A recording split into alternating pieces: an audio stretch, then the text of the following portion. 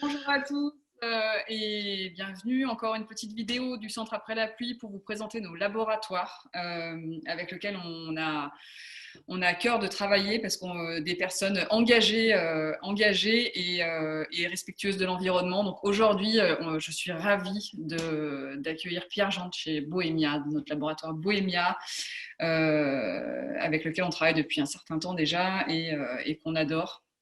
Donc voilà, on souhaitait vraiment mettre en avant ce laboratoire parce que c'est un labo avec lequel on travaille au quotidien et qu'on avait envie de vous faire partager. Donc bonjour Pierre-Jean. Bonjour Nathalie. Je suis ravie du coup qu'on fasse cette petite vidéo tous les deux. Et ben écoute, tout d'abord je t'amène à te présenter.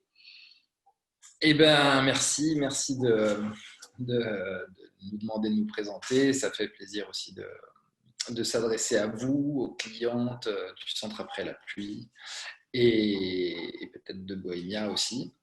Donc, je suis Pierre-Jean, 39 ans, co-gérant de Bohémia, effectivement. Donc, Bohémia, c'est une petite marque française d'Occitanie, d'huile essentielle et d'hydrolat, 100% bio, 100% naturel et 100% éthique. Voilà, moi je suis naturopathe de formation et c'est pendant ma formation de naturopathie que j'ai rencontré Julien qui est le fondateur de la marque Bohémia. Voilà, quand on s'est rencontrés, il y a eu une sorte de coup de cœur, de coup de foudre professionnel voilà, entre nous. J'ai vraiment aimé ses valeurs, sa passion et j'ai eu envie de travailler avec lui tout de suite une fois mon diplôme obtenu. Et ben, après un stage de fil en aiguille, on s'est bien entendu et on est aujourd'hui donc co-gérant de la SARL qu'on a fondée, qu'on a montée en 2019. Voilà. Mais la marque existe depuis 2013.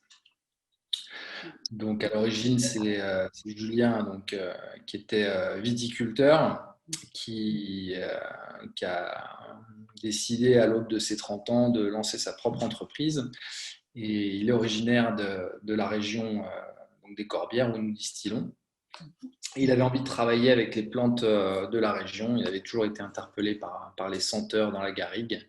Et il a décidé de créer son entreprise voilà, pour diffuser le savoir sur les plantes et la distillation, puisque tout de suite, il est tombé amoureux de la transformation des plantes, donc de la plante fraîche en huile essentielle. Donc lui, c'est vraiment celui qui va être dans la culture, qui va s'occuper des plants, du ramassage aussi, et de la distillation. Toi, tu t'occupes du coup du lien avec avec tous vos revendeurs et puis avec toutes les personnes qui veulent se soigner avec vos produits à vous. Donc lui, il a l'accent de là-bas et ça chante et ça sent bon le soleil. Et puis, Ouais. ok. Et du coup, du coup, vous travaillez tous les deux. Est-ce que tu peux nous resituer un petit peu où vous êtes situés exactement? Où est-ce que Bohémia est Ouais, situé? tout à fait, effectivement. Donc, on est dans le massif des Corbières. On n'est pas très loin de Carcassonne. Hmm. Voilà, les Corbières, c'est un massif qui est dans les contreforts des Pyrénées. Donc, on a un petit village qui s'appelle Mont-Laur. C'est à peu près une demi-heure de Carcassonne en voiture, mais qui est parfaitement préservé puisqu'il faut déjà monter un petit col pour nous rejoindre et tomber sur un plateau qui est complètement préservé. En fait, vraiment, on laisse la civilisation derrière nous quand on vient nous voir. Et c'est assez marquant, il faut venir pour sentir oui, ce dépaysement total en quelques minutes de voiture, c'est assez fort. Et donc voilà, on est ancré dans l'Occitanie, dans une région très très viticole. Voilà, l'autre, c'est vrai qu'il y a beaucoup de vin. Et nous, on essaye de diversifier un petit peu la production locale, voilà, en faisant donc des huiles essentielles. Ok. Et du coup, tu me disais il y a peu, du coup, vous avez refait des plantations, un peu plus de plantations. Du coup, vous êtes à la base, c'était de la cueillette sauvage. Il y a beaucoup de cueillettes sauvages. Aujourd'hui, vous êtes aussi sur des exploitations où du coup vous plantez votre production aussi. Est-ce que tu peux nous expliquer un petit peu, je vois que tu as un kakémono derrière toi, pourquoi choisir Bohémia? Est-ce que tu peux nous donner un peu des clés de savoir un peu comment vous travaillez, les valeurs de Bohémia? Ouais, tout à fait. Alors du coup, je reprends un petit peu l'historique. C'est vrai qu'on a commencé, enfin Julien a commencé seul en 2013 avec une faucille. Et donc vraiment l'ADN Bohémia, c'était la cueillette sauvage.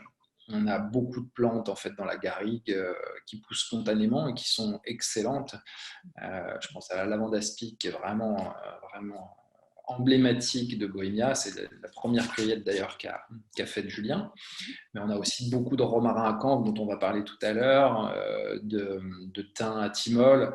Voilà, on a beaucoup d'espèces qui poussent spontanément et qui donnent des huiles merveilleuses parce que évidemment, quand la plante a choisi de s'installer à un endroit, on peut difficilement, en la cultivant, faire mieux. En revanche, la ressource, elle n'est pas illimitée. Et comme je te disais tout à l'heure, il faut aussi laisser un peu la place aux nouveaux cueilleurs qui s'installent. On ne peut pas s'accaparer toute la ressource. Et il est important aussi, en croissant, se mettre aussi à cultiver pour laisser la place aux autres et puis assumer la demande, quoi. Mhm.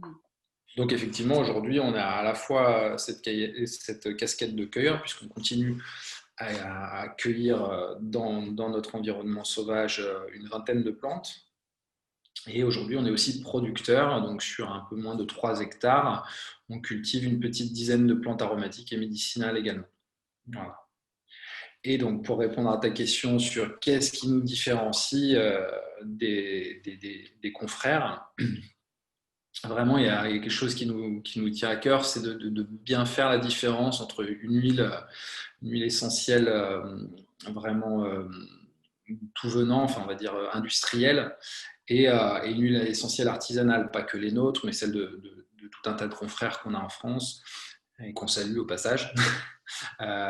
L'idée, voilà, chez nous en tout cas, c'est d'apporter un maximum de soins dans toutes les étapes de la fabrication.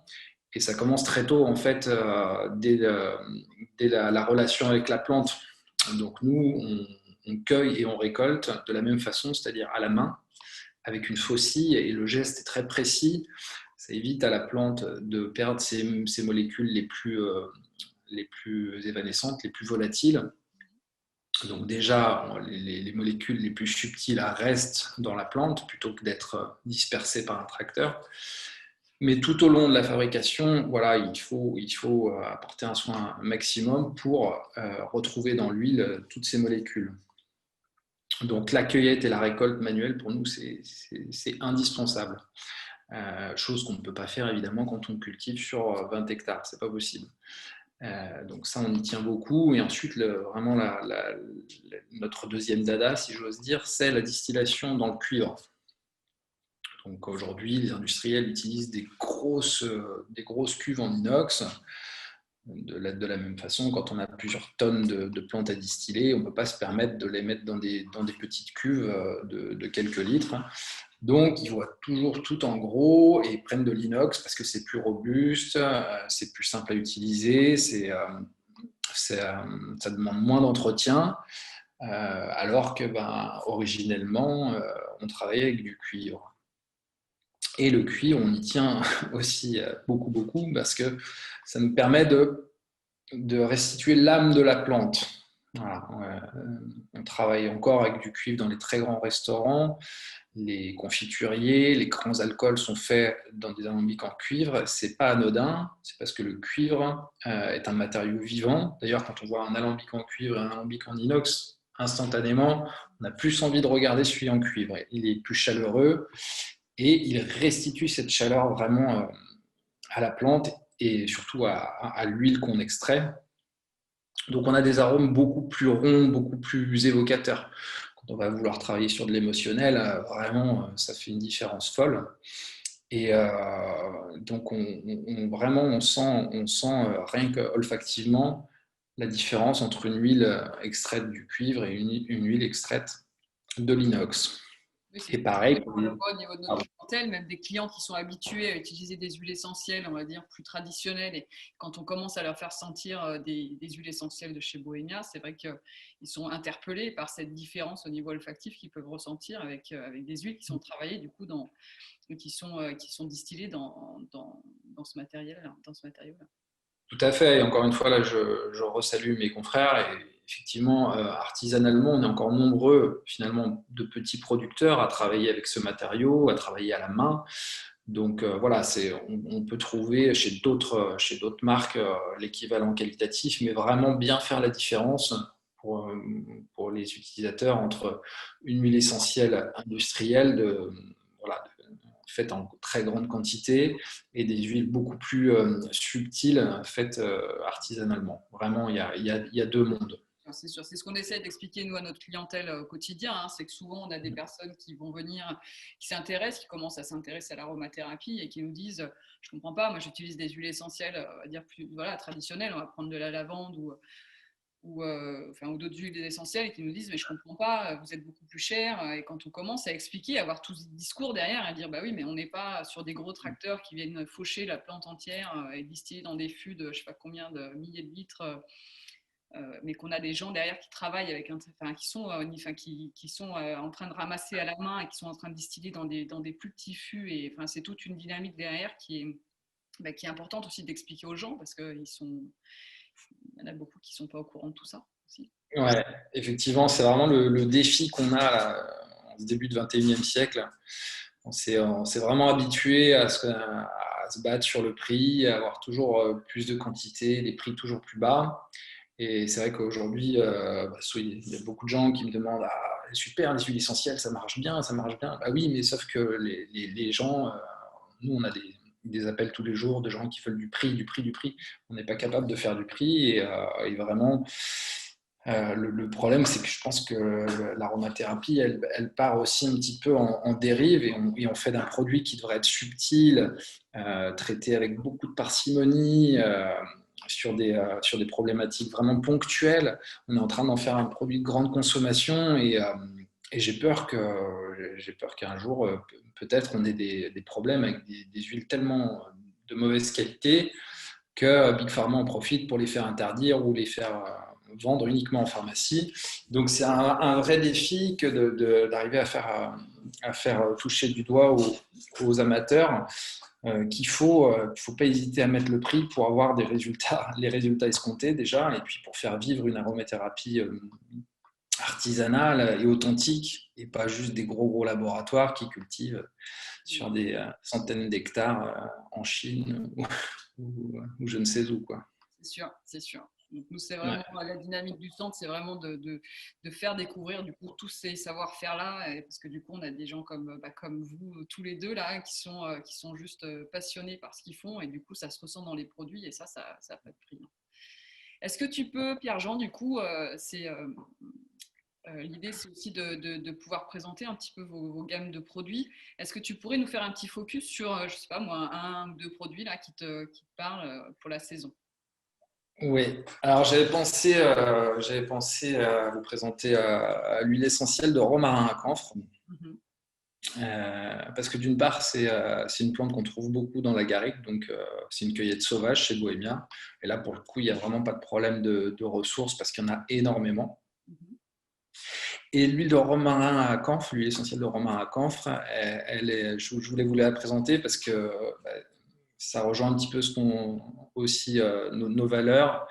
Elle va être très utile sur tout ce qui est fatigue musculaire, contracture, voilà, douleur neuromusculaire, rhumatisme, arthrose. Là où la Gualtérie est très très connue, et la Gualtérie, le problème c'est que c'est une ressource qui vient bien souvent du Népal et qui s'épuise là-bas. Voilà, donc ça rejoint un petit peu voilà, les valeurs de Bohémia que de dire, ben, écoutez, peut-être qu'au lieu de prendre de la Gualtérie qui vient du bout du monde et qui se raréfie, ben voilà, on a du romarin à camphre qui a les mêmes propriétés. Est-ce que vous ne voudriez pas essayer voilà, de substituer? Et vraiment, c'est une huile essentielle qui est très très efficace sur toutes ces douleurs articulaires, musculaires. Mhm. Donc voilà, en plus, c'est un peu la saison là où avec l'humidité, les maux rhumatismaux se manifestent. Donc voilà, en dilution dans un support végétal et en massage sur les zones douloureuses. Elle est super et elle est made in Bohemia, made in sud de la France. Donc voilà, Et puis elles sentent bon. elles sont très bons et elle peut aussi, bien sûr, des vertus anticatarales voilà, sur les bronchites, otite, sinusite là qu'on va croiser un peu durant l'hiver. Elle sera aussi voilà, précieuse. Ok. Ok. Alors, Voilà, et j'avais pensé aussi à un hydrolat. ouais. Donc les hydrolats, ouais, c'est une famille de produits qu'on affectionne beaucoup et qu'on essaie aussi de pousser en avant. Bien souvent, les gens utilisent un peu trop et trop souvent les huiles essentielles qui doivent rester vraiment des réponses à des problématiques ponctuelles. L'hydrolat, il permet justement de se prendre en cure. Il va agir beaucoup plus profondément que l'huile essentielle. Et j'ai pensé au laurier noble. Déjà, c'est une plante qu'on aime beaucoup, qui est à la fois très connue en cuisine, mais pas tant que ça pour ses vertus médicinales et thérapeutiques.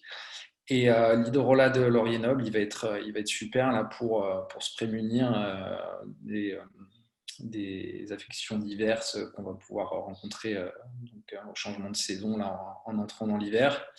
Et pour booster son système immunitaire, et bon, c'est vrai que c'est un peu le cas en ce moment. Faut se prémunir d'un certain virus. Et voilà, le boire en cure, donc l'hydrolat en cure, c'est plus 2 à 3 cuillères à soupe dans une grande bouteille d'eau. Enfin, c'est ce que je préconise en tout cas, à boire tout au long de la journée. Et là, on peut faire une cure de 3 semaines avec cet hydrolat. Et voilà, de la prévention aussi par les temps qui courent, c'est important. Donc, c'est pour ça que je voulais parler de cet hydrolat-là. Mais j'invite toutes les clientes à découvrir tous les autres hydrolats parce qu'ils ont des vertus tous merveilleuses, à la fois en interne et puis en cosmétique. Ils commencent à être connus surtout en cosmétique. Mais vraiment en interne, en thérapeutique, c'est peut être très intéressant. Et voilà, il faut les faire connaître parce que bien souvent, on ne voit que les huiles essentielles, mais l'hydrolat est là aussi pour nous faire beaucoup de bien. Donc, j'encourage tout le monde à les découvrir un petit peu plus. Voilà.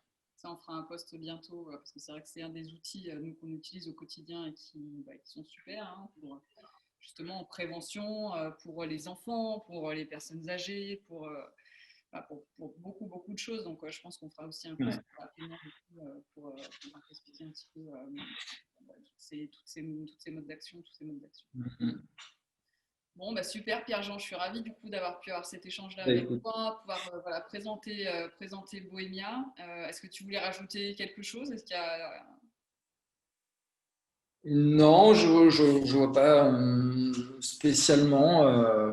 Je pense que j'en ai déjà dit beaucoup. Voilà, encore une fois, des si peut-être distillations prévues, rajouter Pardon? des distillations prévues chez Bohemia bientôt? Alors là, on s'est un petit peu calmé. C'est vrai que la grosse saison, c'est plutôt l'été. Mhm. On va certainement faire un petit peu quand même les résineux là cet hiver. Donc pain sylvestre, sapin pectiné et une nouveauté. Allez, si, un dernier petit mot sur Ah, le pain ouais. d'Alep. Le pain d'Alep, donc c'est un pain qui pousse, qui est un peu invasif là dans nos garrigues, qui pousse un peu de partout sans qu'on lui ait rien demandé. Mhm. Et en fait, on l'a distillé.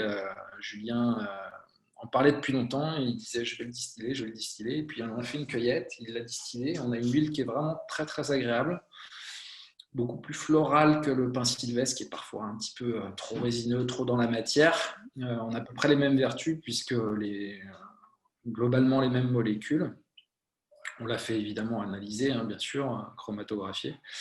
Et, euh, et voilà, on a une huile qui est finalement hyper, hyper intéressante et beaucoup plus florales, subtiles, aériennes que le pin sylvestre. Donc voilà, ça peut être aussi une alternative à des gens qui n'apprécient pas tellement le pin sylvestre. Et je dis souvent quand je fais des ateliers qu'il faut se laisser guider justement par ses ressentis. Quand on a deux, trois huiles qui font à peu près la même chose, ben, il faut pas hésiter à aller vers celle qui nous plaît le plus au nez. Donc voilà, le pain d'Alep à découvrir peut-être chez après la pluie, je sais pas. Ok, bah super, super. Merci beaucoup en tout cas, Pierre-Jean. Ben, merci à toi, c'est super ce que tu fais, super ce que vous faites au centre aussi. Et ben voilà, plein de bonnes choses pour la suite. Et puis du coup, voilà, au plaisir de vous faire découvrir au centre tous les produits de chez Bohemia, les hydrolats et les huiles essentielles qu'on adore et qu'on travaille au quotidien. Donc n'hésitez pas à passer pour venir les sentir et puis pour avoir tout le conseil de pratique après à la maison. Voilà, je vous souhaite à tous une bonne journée. Je vous dis à bientôt au centre. Merci.